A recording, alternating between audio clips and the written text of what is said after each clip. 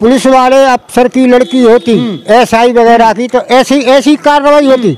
अच्छा अंकल जी, एक बात बताइए मेरे को, आपने ये जब बात बोली है किसी नेता के साथ में, किसी विधायक की लड़की के साथ में और किसी बड़े आदमियों के बीच लड़कियों के साथ में ऐसा नहीं होता, अगर ये होता है तो सिर्फ गरीबों के साथ ही क्यों होता है? गरीबों का कोई सुनने वाला नहीं है ना, सुनने वाला कोई नहीं है, कोई इनका मसीहा नहीं है, कोई नहीं है, तभी ऐसी घटनाओं को अंजाम दिया जाता है। आप क्या राय रखते हैं इसके ऊपर में? क्यों नहीं नेता और अभिनेताओं के ऊपर में और इनकी लड़कियों के साथ में ऐसे गलत काम होते हैं? क्यों गरीबों के साथ में ऐसा होता है? सारे जुर्म गरीब के लागू है जी, क्योंकि पुलिस वाले तो मिले हुए हैं इनसे, कोई डर नाम की चीज नहीं है। यदि पुलिस प्रशासन सतर्क होता और उसका डर भय होता तो वो डरते। ये बेचारे डरे और सहमे हुए हैं, ये पुलिस के पास जाना नहीं चाहते क्योंकि इनको पुलिस से डर ज्यादा लगता है। उस बेईमान जो घृण्य अपराध किया है दुष्ट आदमी से, उससे भी ज्यादा पुलिस से डर लग रहा है इनको कि पता नहीं पुलिस हमारे साथ क्या करेगी। तो एक बहुत बड़ी शर्म की बात है। नमस्कार, आप देख रहे हैं VS News 48 दिल्ली। जी हाँ, मैं इस समय नागलोई थाना क्षेत्र के अंदर में खड़ा हूं और आज से तकरीबन इसी महीने के अंदर बात बता रहा हूं मैं आपको। 9 तारीख की जो ये घटना होती है, 9 तारीख की घटना को लेकर के आज जो है वो 24 तारीख हो चुकी है, यानी कि फरवरी की 24 तारीख, और महीने में सिर्फ 4 दिन बाकी हैं महीना पूरा खत्म होने में। अगला महीना लग जाएगा और दिल्ली की लापरवाही और दिल्ली में बढ़ते हुए जो क्राइम है उसके ऊपर में मद्देनजर मैं आप लोगों के सामने डालूंगा। आप लोग हमारे साथ में यूं ही बने रहें। नागलोई के इसी क्षेत्र के अंदर में तमाम लोग, इस समय मैं कैमरामैन से कहूंगा इन लोगों को एक बारी दिखाएं। ये तमाम वो लोग हैं जिन लोगों ने एक ऐसे परिवार के साथ में खड़े हैं। ये वो परिवार है जिसने अपनी रोजी रोटी को बसर करने के लिए सामने ठेले का जो है वो काम से अपने परिवार का निर्वहन करते हैं और इसी नाम के ठेले पे से आज अपने जो परिवार को इस तरीके से पालन पोषण करते हैं। तभी एक घटना होती है जो घटना आपको शायद ये झकझोर कर रख देगी, आपके शायद दिलों के अंदर में वो छेद कर देगी, जिस छेद को आप लोग महसूस तो कर सकते हो, उस दर्द को महसूस कर सकते हो। उसी दर्द को दिखाने के लिए आज मैं नागलोई क्षेत्र के अंदर में हूं। हमारे साथ में कुछ ऐसे लोग भी हैं और कुछ यहाँ कर और जो जिस लड़की के साथ में जो वारदात होती है उस वारदात के अंदर में क्या क्या होता है, किस तरीके से हुआ और अभी तक पुलिस ने क्या क्या कार्रवाई करी है, मैं उन लोगों से भी जानने की कोशिश करूंगा। उस बच्ची के मां से और उनके पिताजी और उनके जो क्षेत्र के लोग हैं उनसे जानने की पूरी कोशिश करूंगा। आप लोग हमारे साथ में यूं ही बने रहें। दिल्ली की तमाम घटनाओं को लेकर के हम लोग आपके सामने उजागर इसीलिए करते हैं ताकि आप लोगों को भी पता लगे कि आप लोगों को किस तरीके से आगे बढ़ करके और अपने बच्चों को संभाल के रखने की जरूरत है। कुछ दरिंदे ऐसे हैं जो आपके सामने तो होंगे मगर आप उनको पहचान नहीं पाओगे। आखिर में वो पहचानने में कहां गलती हुई जिस वजह से आज इस परिवार को यहां तक आज इस नौबत पर आना पड़ा। मैं इनसे जुड़ता हूं। आपका नाम क्या है? माया यादव। माया जी, कितने साल की बच्ची थी आपके बच्ची के साथ? मेरे 11 साल के 3 महीने 11 साल की लड़की थी। और 11 साल की लड़की को मतलब किस तरीके से घर पे हो गायब हुई? यहाँ से 7:30 बजे 9 तारीख को स्कूल तैयार करके भेजे थे। अच्छा। और उसके बाद में वहाँ से गई तो फिर मतलब वहाँ से पार्क चले गई, बता रहे स्कूल नहीं गई थी। अच्छा। फिर पार्क गई, एक गार्ड बच्ची ने घूम रही थी तो गार्ड स्कूल नहीं गई थी और वो सिर्फ पार्क में चली गई थी। पार्क में किस तरीके से बहला फुसला करके लेके गए हैं? बहला फुसला के वो लड़का खुद कबूल किया कि बहला फुसला के मैं लेके गया। जो लड़का पकड़ा गया है, जिसको पुलिस ने कहा था कि हमने पकड़ लिया है, वो लड़का बहला फुसला करके लेकर के गया। अच्छा। उसने कहा बहला फुसला के पटरी पकड़ के मैं ले गया हूँ, फिर लड़की के साथ गलत करा हूँ। उसके बाद में लड़की ने पानी मांगा, मैं लेके आया, फोन करी, नंबर देखा, मैंने उसको गला घोट के मार दिया। अच्छा, ये उसने आरोपी ने खुद उसने कबूल किया? मेरे पति के सामने कबूल किया। अच्छा। उसके बाद में टीचर के भी पता था कि बच्ची नहीं आई है। अच्छा। सारे बच्चे कह रहे थे लड़की दृष्टि पार्क गई है। अच्छा। तो टीचर और प्रिंसिपल के क्या फर्ज नहीं था फोन करना? फोन करी 12 बजे लड़की के। 8 बजे मेरी लड़की को पता लगा तो 8 बजे फोन करती नहीं, गार्ड भेजती। इसमें लापरवाही स्कूल के भी है बच्ची। और मैं पूछा तो वो टीचर कह रही, स्कूल के पूनम टीचर कह रही है कि महीने में क्या बोलते रोज 60 बच्चे पढ़ाते हैं, 60 बच्चे में 30 बच्चे नहीं आते तो किस किस पेरेंट्स के हम फोन करेंगे? सबसे पहले मैं आप लोगों को एक बात और बता दूं, कि ये है सरकारी स्कूल। सरकारी स्कूल के अंदर में जिस तरीके से क्लास के अंदर अगर 60 बच्चे हैं और 60 बच्चों में अगर 30 बच्चों के एब्सेंट है, तो आखिर में ये कौन सा जो शिक्षा का स्तर है वो कहां जा रहा है? सबसे बड़ा सोचने वाला सवाल ये पैदा होता है। उसके बावजूद भी अगर स्कूल के टीचर अगर पेरेंट्स को अगर इत्तला नहीं करते हैं, तो आखिर में उसकी गलती कहां है और किसकी है, ये आप लोगों को सोचने की जरूरत है। उसके बाद में स्कूल के टीचर के पता लग गया था, सारे बच्चे बता दिए थे उसको कि बच्ची डिस्ट्रिक्ट पार्क गई, हम लोग को बोली थी। अच्छा। कह रही मैं बच्चों को क्लास देने के बाद फोन करेंगे, बच्ची मर गई उसके बाद फोन करेंगे। अच्छा, है ना। और उसके बाद हमसे सवाल किया जाता है कि आपकी बच्ची आती है, ध्यान रखती हो कब आती है कब नहीं आती? बच्ची मेरे रोज छोड़ने जाते लाते, तो हमको ध्यान नहीं रहेगा। अच्छा। उसी दिन नहीं गई, आप लोग को पता लगा 8 बजे 9 बजे फोन करते, मेरी बच्ची लाते नहीं, गार्ड इतना सारा स्कूल में था, आप लाते हैं। फिर उसके बाद 12 बजे फोन 2-4 फोन आया, उसके बाद मेरे पति बिजी थे काम में, नहीं उठा पाए।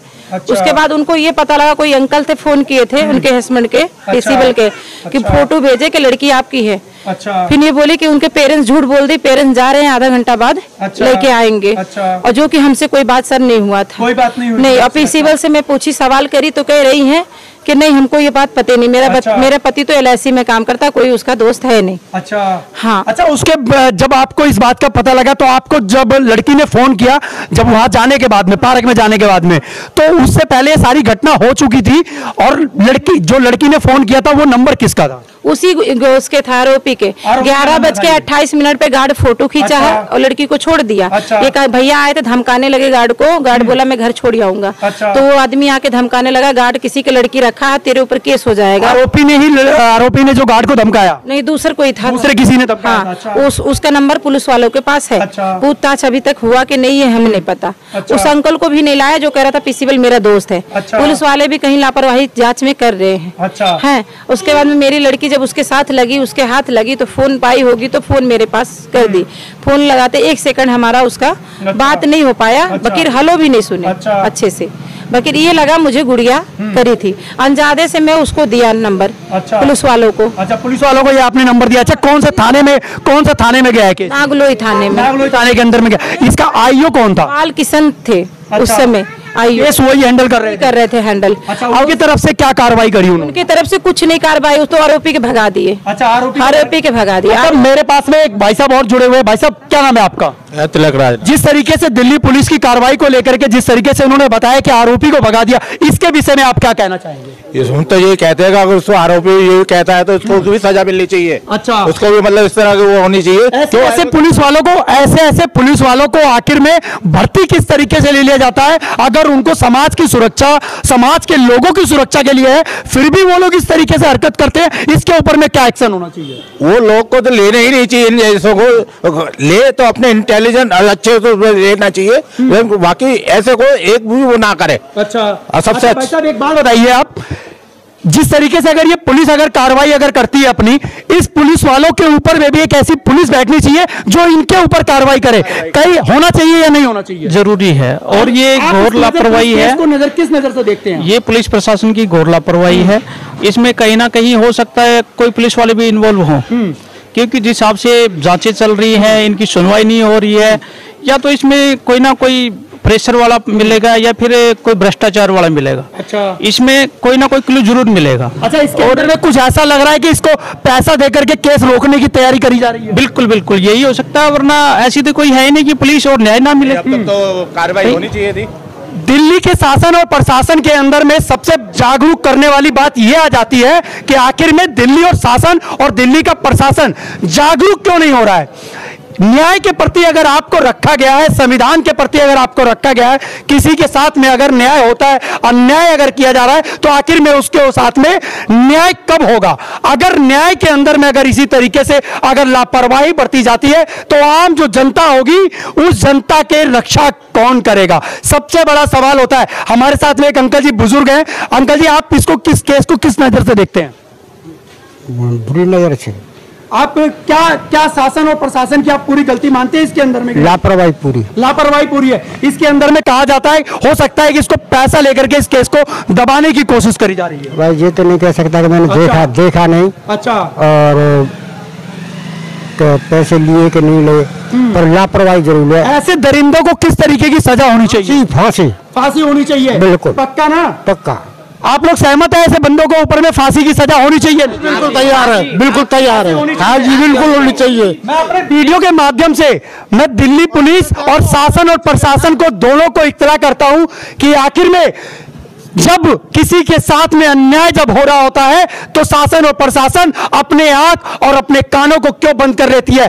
क्यों बन जाती है वो अंधी बहरी और गूंगी सरकार? क्यों नहीं बोलती जब गरीब लोगों के ऊपर में जब अत्याचार होता है? शासन और प्रशासन अपना दुशासन किस तरीके से करती है ये आम पब्लिक नहीं, पूरी जो दिल्ली की जनता है वो भी जान चुकी है कि आखिर में शासन और प्रशासन का जो जिस तरीके से रवैया है, आखिर में ये रवैया किस तरीके का रवैया है। इस रवैये को बदलने की जरूरत है। हमारे साथ में अंकल जी क्या कह रहे थे आप? हम तो ये कह रहे जी ऐसे को फांसी होनी चाहिए, इतनी जल्दी होनी चाहिए जो पब्लिक को, जनता को पता लगे, बड़े बड़े नेता जो हैं उनको पता लगे कि हाँ ऐसे कर्म करने वालों को ये सजा मिलनी चाहिए। मैं यही कहना चाहता हूँ। अच्छा, हमारे साथ में लड़की के पिताजी भी हैं, आपको क्या उन लोगों ने क्या आश्वासन दिया था जब आपको बॉडी दी थी? तब उन्होंने क्या बोला था? बॉडी दिए थे, वो तो काम जो हो रहा है उसमें बॉडी दिखाए भी थे मुझे। काम आप हमें अभी समझ में इतना आ रहा है कि वो बॉडी को देखने के बाद अभी भी आप संतुष्ट नहीं है कि वो हमारी लड़की की बॉडी है, ऐसा भी कुछ है क्या? डीएन वगैरह दिए हैं, चेक करने के। टेस्ट का कोई रिपोर्ट का पता लगा? रिपोर्ट नहीं आई, रिपोर्ट आने पे ही तो पता लगेगा। चलिए, डीएनए की जब रिपोर्ट आएगी तभी जाकर के पता लगेगा आखिर में जो पुख्ता सबूत है उस तरीके से जानकारी निकलेगी कि आखिर में डेड बॉडी है किसकी, या उस लड़की की है या किसी और की है। जो काम इतने समय में नहीं हो पाया उसी काम को 12 से 24 घंटे के अंदर में दिल्ली पुलिस ने बॉडी ला करके इनके हाथों में थमा दिया, जिसका डीएनए के लिए इनका ब्लड भी लिया गया है, इनका डीएनए भी टेस्ट किया गया है, इनकी मां का भी डीएनए टेस्ट किया गया है, जिससे अभी आगे समय पे पता लग पाएगा कि आखिर में वो डेड बॉडी है किसकी। लेकिन ये कानून का काम है, कानून करेगी, अस्पताल का काम है, वो अपनी रिपोर्ट किस तरीके से देगी।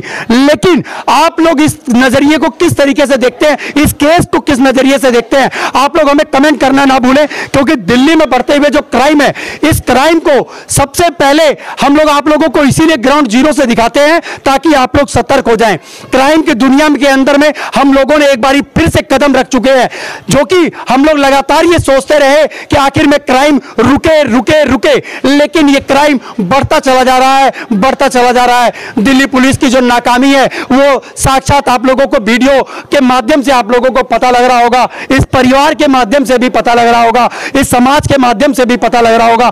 तमाम जो जनता लोग हैं ये लोग भी आप लोगों को बता सकते हैं कि आखिर में दिल्ली पुलिस की जो लापरवाही है वो किस कदर बढ़ती चली जा रही है। आखिर में दिल्ली पुलिस अगर इसी तरीके से लापरवाही करेगी, क्या नाम है अंकल जी आपका? सुनील जी, जिस तरीके से इनकी बच्चे के साथ में ये अत्याचार हुआ है और इसको लेकर के आप शासन और प्रशासन से किस तरीके की मांग करते हैं, और ऐसे शासन और प्रशासन क्या दिल्ली के अंदर में इसी व्यवस्था के साथ में आप लोग जी रहे हैं या हम लोग जी रहे हैं? ये पहले नंबर तो बात ये है, पुलिस वाले तो कभी किसी का कहना मानते नहीं, वो कहते हैं हड़का देते हैं। अच्छा है? अच्छा। आज इनकी लड़की के साथ हो रहा है, कल को हमारी लड़की के साथ हो रहा है। स्कूल जाती है, अब हम ड्यूटी करेंगे या बच्चों के साथ जाएंगे, ये पुलिस वाले की देखी वाली नहीं है। क्या वहाँ पर वो क्या करते रहते हैं, फिर बाद में कहते हैं कि वो मर गई, लो ये लो उसकी लाश मिल गई, फिर कोई खबर नहीं। जिंदा रहेगी तब तक कोई कानूनी कार्रवाई नहीं होगा, मरने के बाद में आप लोग कानूनी कार्रवाई करते हैं, ये सबसे बड़ी शर्मनाक बात है। किसी की गोद उजड़ जाती है, किसी की बेटी बिछड़ जाती है, किसी का बेटा बिछड़ जाता है। आखिर में ये क्राइम हो गई है। आखिर में ये क्राइम जो है वो किस तरीके का क्राइम है? हमारे साथ में कुछ और महिलाएं हैं, मैं इनसे भी जानने की कोशिश करता हूँ।